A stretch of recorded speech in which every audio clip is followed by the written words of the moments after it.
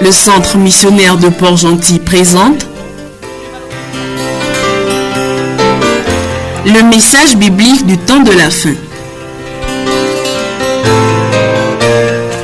Le message biblique du temps de la fin est une émission de prédication du plein évangile présentée par le frère David Mbouyou.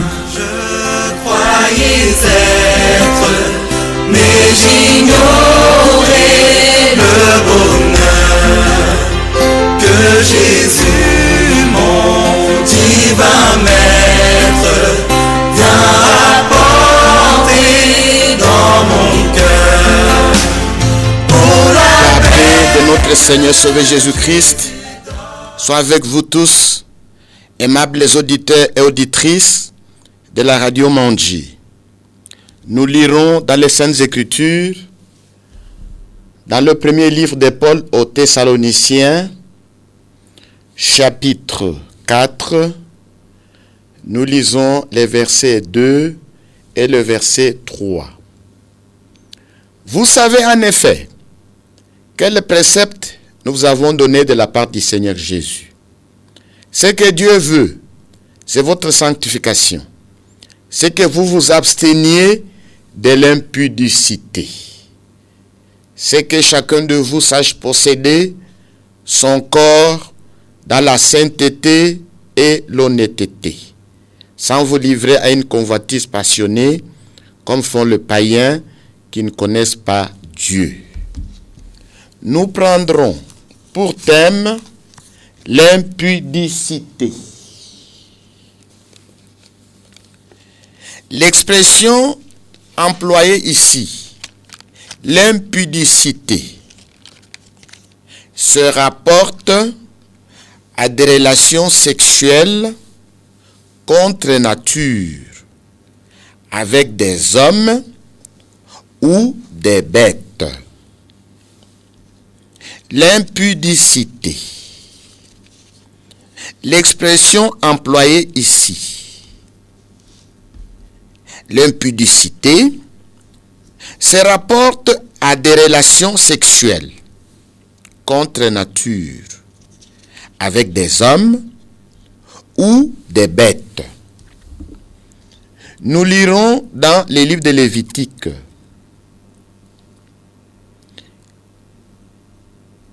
Lévitique, chapitre 18,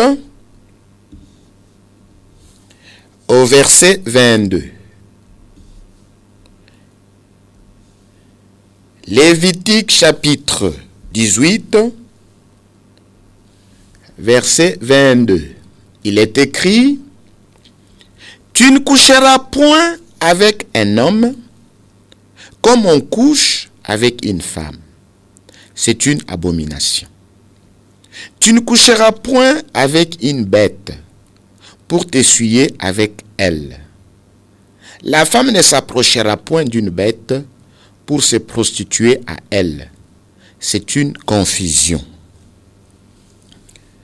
L'expression employée ici, l'impudicité, se rapporte à des relations sexuelles contre nature avec des hommes ou des bêtes. Dans les Saintes Écritures, dans les livres de Lévitique, chapitre 18, au verset 22, il est écrit: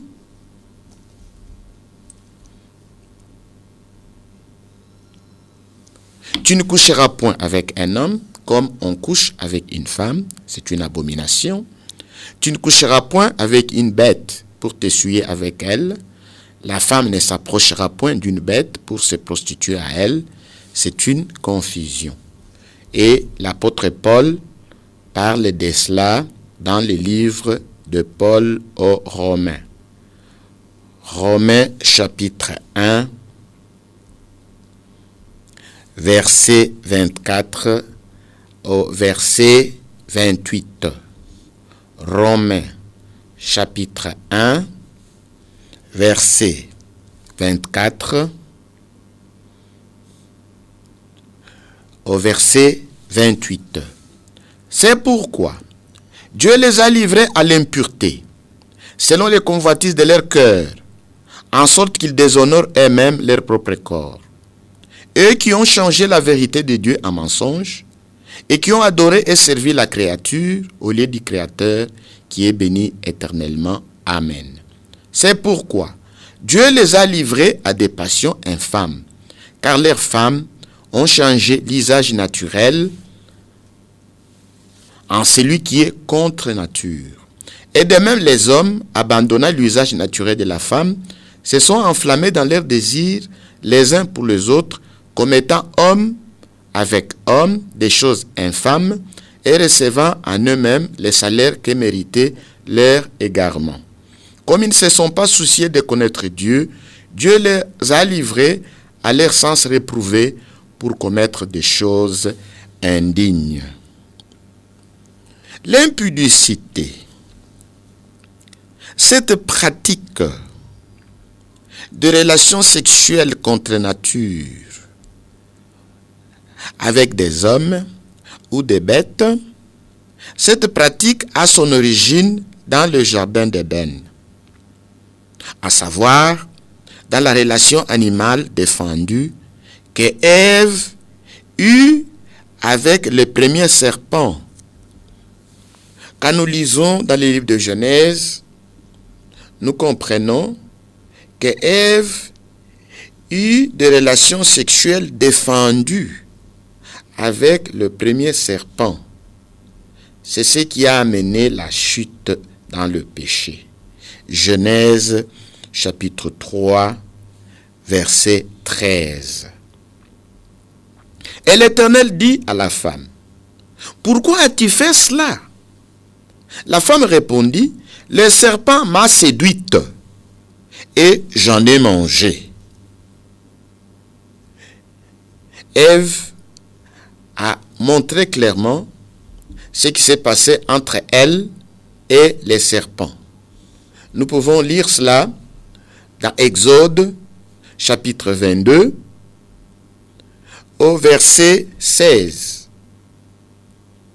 Il est écrit, « Si un homme séduit une vierge qui n'est point fiancée et qu'il couche avec elle, le serpent m'a séduite et j'en ai mangé.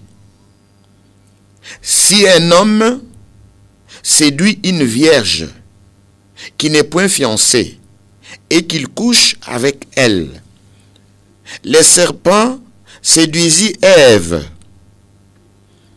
Et dans le livre d'Exode, chapitre 22, verset 16, « Si un homme couche avec une vierge, et Ève dit, le serpent m'a séduite et j'en ai mangé. » Maintenant, nous allons voir qu'est-ce que c'est manger.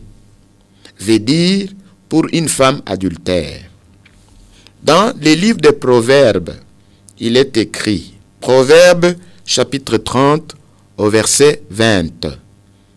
Proverbes chapitre 30 au verset 20. Il est écrit, telle est la voix de la femme adultère. Elle mange et s'essuie la bouche. Puis elle dit, je n'ai point fait de mal. Le serpent m'a séduite et j'en ai mangé. C'est ce qu'Ève répondit à Dieu. Et dans le livre d'Exode chapitre 22 verset 16, il est écrit, si un homme séduit une vierge et couche avec elle. Et le livre des Proverbes explique ce que c'est manger. Il dit, telle est la voix de la femme adultère. Qu'est-ce qu'elle fait, la femme adultère? Elle mange, elle s'essuie la bouche, puis elle dit, je n'ai point fait de mal. Nous comprenons que Ève avait mangé. Le serpent m'a séduite et j'en ai mangé. Lorsqu'un homme séduit une vierge fiancée et couche avec elle, dans le livre des Proverbes, telle est la voix de la femme adultère. Elle mange et s'essuie la bouche. Puis elle dit, je n'ai point fait de mal. Nous comprenons que l'impudicité a son origine dans le jardin d'Éden. Qu'est-ce qui s'est passé dans le jardin d'Éden? Le premier serpent a eu des relations sexuelles avec Ève. Parce que nous comprenons cela facilement. Lorsque Dieu posa la question à Ève, Ève répondit au Seigneur, le serpent m'a séduite et j'en ai mangé. Et dans le livre d'Exode, lorsqu'un homme séduit une vierge et couche avec elle, et pour le mot manger, il est dit, telle est la voix de la femme adultère, elle mange et s'essuie la bouche, puis elle dit, je n'ai rien fait de mal. C'est pourquoi Paul, s'adressant aux Thessaloniciens, dans les livres de Paul aux Thessaloniciens, au chapitre 4, verset 2 et le verset 3, il dit, vous savez en effet, quel précepte nous avons donné de la part du Seigneur Jésus, ce que Dieu veut, c'est votre sanctification. C'est que vous vous absteniez de l'impudicité. Qu'est-ce que c'est alors l'impudicité? L'impudicité se rapporte à des relations sexuelles entre un homme et un autre homme, ou avec un homme avec une bête, ou une femme avec une bête. C'est cela l'impudicité. Et nous savons que cette pratique n'a pas commencé aujourd'hui. Cette pratique de l'impudicité a son origine dans le jardin d'Éden. C'est là où le premier serpent a eu des relations sexuelles défendues avec Ève. C'est pourquoi l'impudicité est une impulsion effrénée et incontrôlée. Cette impulsion effrénée et incontrôlée est maladive. Et en même temps, elle est démoniaque. Donc l'impudicité, c'est toute impulsion effrénée et incontrôlée. Cette impulsion effrénée, incontrôlée et maladive. Et en même temps, démoniaque. Parce que cette impulsion s'exprime en toutes sortes de convoitises impudiques qui ruinent les êtres humains. L'impudicité ruine les êtres humains. Quand nous allons dans les Saintes Écritures, dans le Nouveau Testament, dans les livres d'Égide, la Bible parle de l'impudicité. C'est que l'impudicité a causé sur la terre. Dans les livres d'Égide, les livres d'Égide a un seul chapitre. C'est le chapitre 1. Et nous lisons le verset 7. Que Sodome et Gomorrhe et les villes voisines qui se livrèrent comme eux à l'impudicité et à des vices contre nature sont donnés en exemple, subissant la peine d'un feu éternel. L'impudicité est une impulsion effrénée et incontrôlée, et en même temps maladive et démoniaque. Cette impulsion s'exprime en toutes sortes de convoitises impudiques qui ruinent les êtres humains. Dans les livres d'Égide, au verset 7, la Bible parla de l'impudicité. Il dit, Sodome et Gomorrhe et les villes voisines se livrèrent à l'impudicité et à des vices contre nature. Parce que l'impudicité, ce sont les relations contre nature. Des vices contre nature sont donnés en exemple, subissant la peine d'un feu éternel. Dieu a sévèrement condamné tout adultère et tout impudique. Et du reste, dans les villes dans lesquelles l'impudicité a été commise, ces villes ont été détruites sans ménagement, car elles sont pour lui une abomination. La ville de Sodome et la ville de Gomorrhe se livrèrent à l'impudicité. Et Dieu avait détruit ces villes sans ménagement, parce que l'impudicité est une abomination devant Dieu.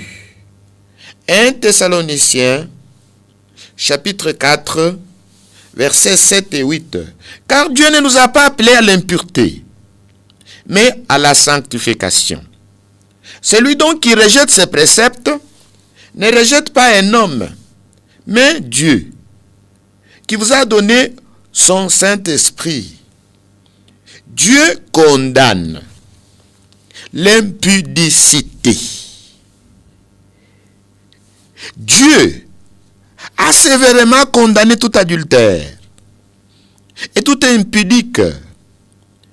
Et du reste, les villes dans lesquelles l'impudicité a été commise ont été détruites sans ménagement, car elles sont pour Dieu une abomination. L'impudicité est une abomination contre Dieu. Dans l'impudicité, premièrement, il y a les relations sexuelles entre un homme et un homme, entre un homme et une bête, ou entre une femme et une bête. C'est l'impudicité. 2. Dans l'impudicité, nous trouvons également la prostitution. La prostitution, c'est l'impudicité. Dans le livre de Lévitique, chapitre 19, Lévitique chapitre 19, au verset 29, il est écrit,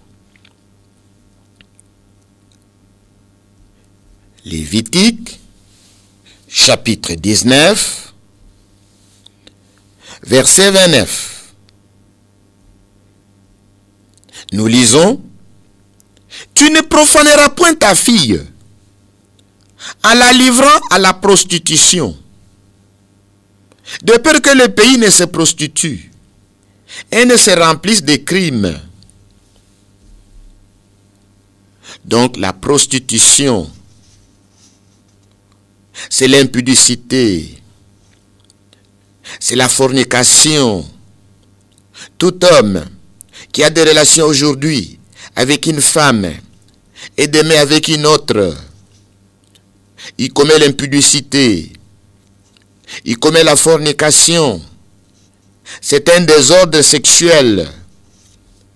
La Bible interdit cela. Deutéronome, chapitre 23, au verset 17. Il n'y aura aucune prostituée parmi les filles d'Israël. Et il n'y aura aucun prostitué parmi les fils d'Israël. Tout homme qui a des relations sexuelles, aujourd'hui avec une femme, et demain avec une autre, commet la fornication. Toute femme qui a des relations aujourd'hui avec un homme, demain avec un autre, commet la fornication. La fornication, la prostitution, c'est un désordre sexuel. La Bible condamne cela. La Bible condamne la prostitution masculine La Bible condamne la prostitution féminine. Il n'y aura aucune prostituée parmi les filles d'Israël. Et il n'y aura aucun prostitué parmi les fils d'Israël. Dieu condamne la prostitution. Tu ne profaneras point ta fille en la livrant à la prostitution, de peur que l'épée ne se prostitue et ne se remplisse de crimes. La prostitution est à la base de beaucoup de crimes. La prostitution est à la base de beaucoup de violences. La prostitution est à la base de beaucoup de vols. La prostitution est à la base de beaucoup de braquages. Beaucoup d'actes que la société déplore viennent de la prostitution. C'est pourquoi la Bible dit, tu ne profaneras point ta fille en la livrant à la prostitution, de peur que le pays ne se prostitue et ne se remplisse de crimes. La prostitution est un désordre sexuel. Tout homme qui a des relations aujourd'hui avec une femme et demain avec un autre, c'est un prostitué. Cela est une fornication, c'est l'impudicité. Toute femme qui a aujourd'hui des relations avec un homme et demain avec un autre, c'est une prostituée.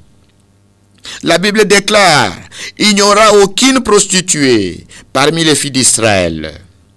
Il n'y aura aucun prostitué parmi les fils d'Israël. Donc dans l'impudicité, il y a également la prostitution. La prostitution, c'est un désordre sexuel. Dieu condamne la prostitution chez l'homme et chez la femme. Et troisième point, dans l'impudicité, c'est l'union libre, sans engagement. L'union libre sans engagement, c'est l'impudicité. Dieu condamne l'union libre, les concubinages. Vous ne pouvez pas vivre avec une femme sans le consentement de ses parents. C'est l'impudicité. C'est la fornication. Dieu condamne cela. Dans le livre d'Exode, au chapitre 22, verset 16, Dieu condamne cela. Si un homme séduit une vierge qui n'est point fiancée et qu'il couche avec elle, il paiera sa dot et la prendra pour femme. Si le père refuse de la lui accorder, il paiera en argent la valeur de la dot. Donc c'est le père qui donne en mariage sa fille. Vous ne pouvez pas vivre avec une fille en union libre sans le consentement de ses parents. C'est la fornication. C'est faux. C'est le père qui donne en mariage sa fille. Ce sont les parents. Dans le livre de Deutéronome, au chapitre 22, au verset 16, le père de la jeune femme dira aux anciens, j'ai donné ma fille pour femme à cet homme. Et il l'a prise en aversion. Donc c'est le père de la jeune fille, de la jeune femme, qui donne sa fille à l'homme.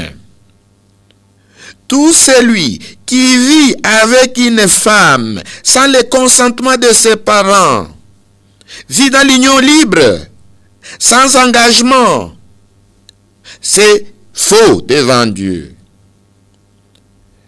C'est l'impudicité. Et Dieu condamne cela. Dans la Bible, lorsque Rebecca est allée au mariage, c'était avec le consentement de ses parents.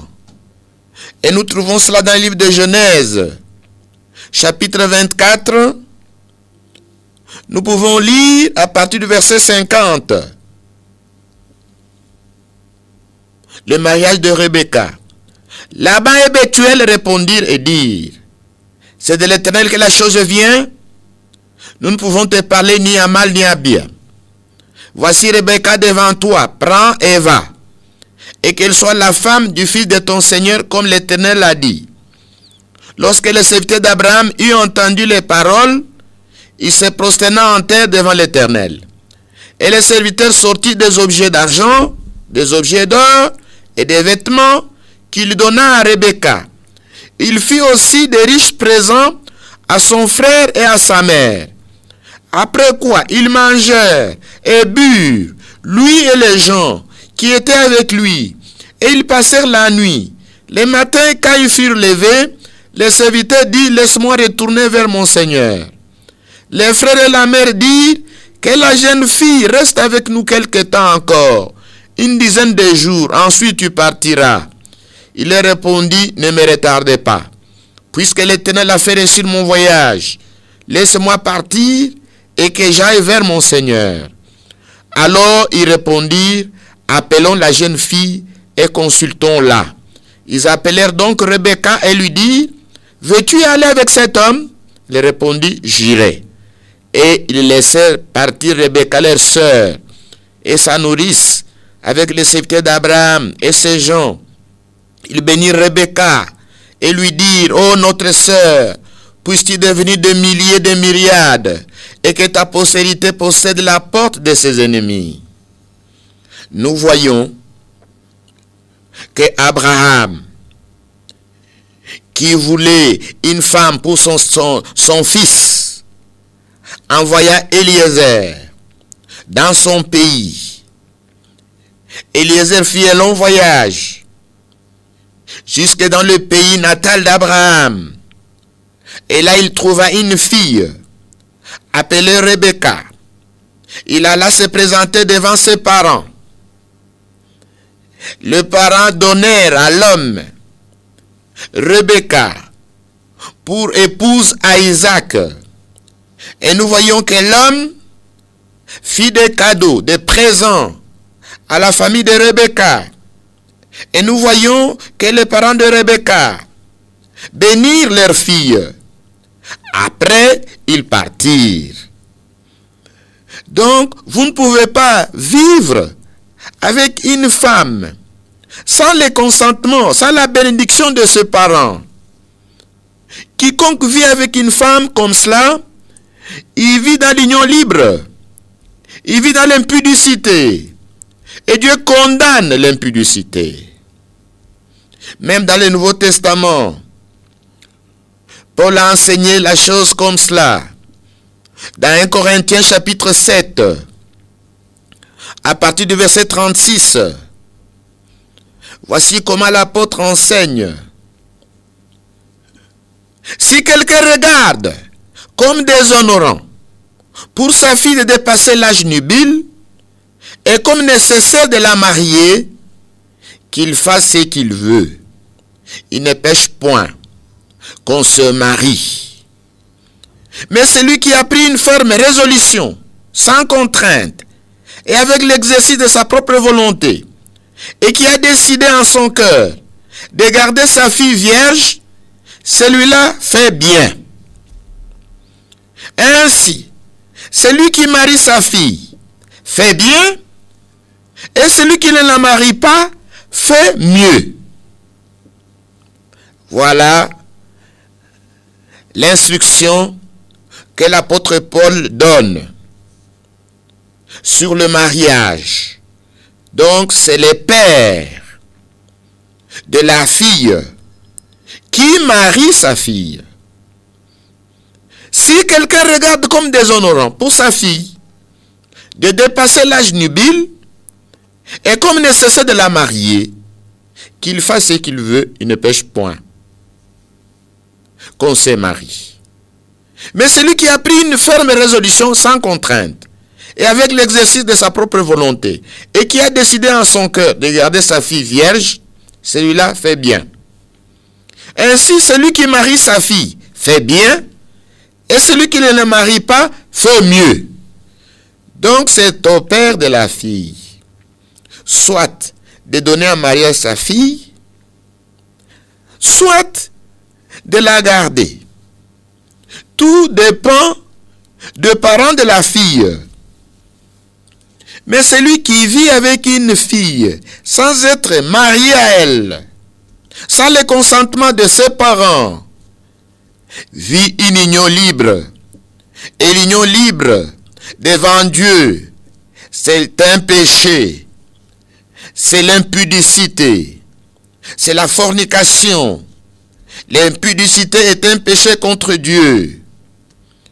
Et Dieu aussi défend les relations sexuelles avec les parents.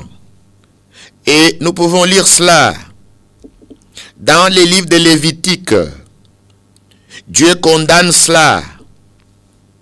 Lévitique chapitre 18. Nous commençons la lecture à partir du verset 6.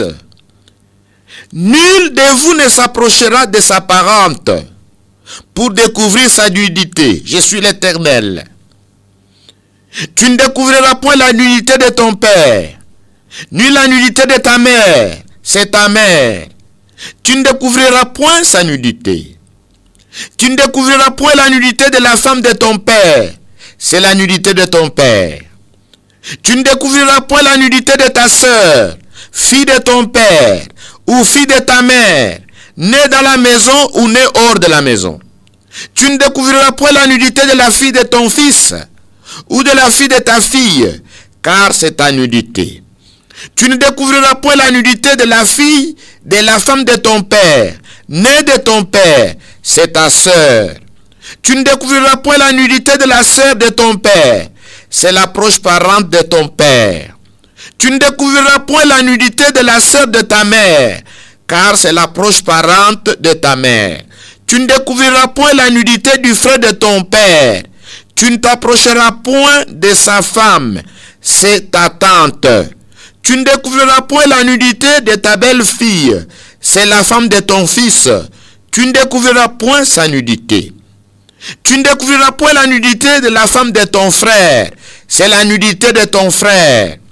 Tu ne découvriras point la nudité d'une femme et de sa fille. Tu ne prendras point la fille de son fils, ni la fille de sa fille, pour découvrir la nudité. Ce sont tes proches parentes. C'est un crime. Tu ne prendras point la sœur de ta femme pour exciter une rivalité en découvrant sa nudité à côté de ta femme pendant sa vie. Tu ne t'approcheras point d'une femme pendant son impureté menstruelle pour découvrir sa nudité. Tu n'auras point commerce avec la femme de ton prochain pour t'essuyer avec elle. Dieu condamne les relations incestueuses. C'est l'impudicité. Et cela, vous pouvez le lire dans les livres de Lévitique chapitre 18, à partir du verset 6 jusqu'au verset 19. Dieu condamne tout fornicateur. Et les fornicateurs n'hériteront pas le royaume de Dieu. Nous pouvons lire cela dans 1 Corinthiens, chapitre 5. 1 Corinthiens, chapitre 5, nous lisons à partir du verset 9. 1 Corinthiens, chapitre 5, nous lisons les versets 9. Je vous ai écrit dans ma lettre de ne pas avoir de relations avec les impudiques. Dieu condamne même des relations avec des impudiques. Au verset 11. Maintenant, ce que je vous ai écrit, c'est de ne pas avoir de relations avec quelqu'un qui se nomme frère et impudique. Dieu ne veut même pas que les fidèles aient des relations avec quelqu'un qui se nomme frère, qui est impudique. La Bible n'autorise pas. Nous lisons également Dans 1 Corinthiens chapitre 6, au verset 9, la Bible dit, « Ne savez-vous pas que les injustes n'hériteront point le royaume de Dieu? Ne vous y trompez pas, ni les impudiques. » Donc les impudiques n'hériteront pas le royaume de Dieu. La Bible condamne cela. Également, nous pouvons lire cela dans les livres d'Éphésiens, chapitre 5, au verset 6. Éphésiens chapitre 5, verset 6. Que personne ne vous séduise par de vains discours, car c'est à cause de ces choses que la colère de Dieu vient sur les fils de la rébellion. N'ayez donc aucune part avec eux. Au verset 3. Quelle impudicité, qu'aucune espèce d'impureté, et que la cupidité ne soit même nommée parmi vous, ainsi qu'il convient à des saints. Donc, l'impudicité et l'impureté ne doivent pas être nommées parmi les saints, parmi les fidèles. La Bible condamne l'impudicité et l'impureté. Et la Bible dit, c'est à cause de ces choses que la colère de Dieu vient sur les fils de la rébellion. N'ayez donc aucune part avec eux. La colère de Dieu vient sur ceux qui commettent l'impudicité et l'impureté. Dieu condamne cela. Nous pouvons également lire dans 1 Timothée, chapitre 1, verset 10. Les impudiques, les infâmes, les voleurs d'hommes, les menteurs, les parjures, et tout ce qui est contraire à la sainte doctrine. Vous voyez, Dieu condamne cela. Dieu condamne les impudiques. Dieu condamne cela. Les impudiques n'hériteront point le royaume de Dieu. Nous allons également dans les livres des Hébreux. Hébreux chapitre 12, au verset 16.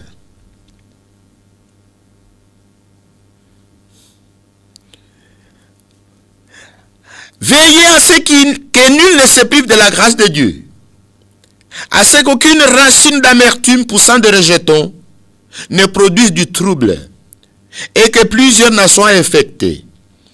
À ce qu'il n'y ait ni impudique, ni profane, comme Ésaü, qui pour aimer vendit son droit d'aînesse. Donc, nous devons veiller à ce qu'au milieu des fidèles, qu'il n'y ait pas d'impudique. Et dans Apocalypse chapitre 21, il est écrit à propos des impudiques. Apocalypse chapitre 21, verset 8. Mais celui qui vaincra héritera ces choses. Je serai son Dieu, et il sera mon fils. Mais pour les lâches, les incrédules, les abominables, le meurtrier, les impudiques, les enchanteurs, les idolâtres et tous les menteurs, leur part sera dans le temps ardent de feu et de soufre, ce qui est la seconde mort. Donc la part des impudiques, c'est dans le temps ardent de feu et de soufre. Et dans Apocalypse chapitre 22, au verset 15, dehors les champs. Nous pouvons commencer à partir du verset 14. Heureux ceux qui lavent leurs robes, afin d'avoir droit à l'arbre de vie, et d'entrer par le porte dans la ville.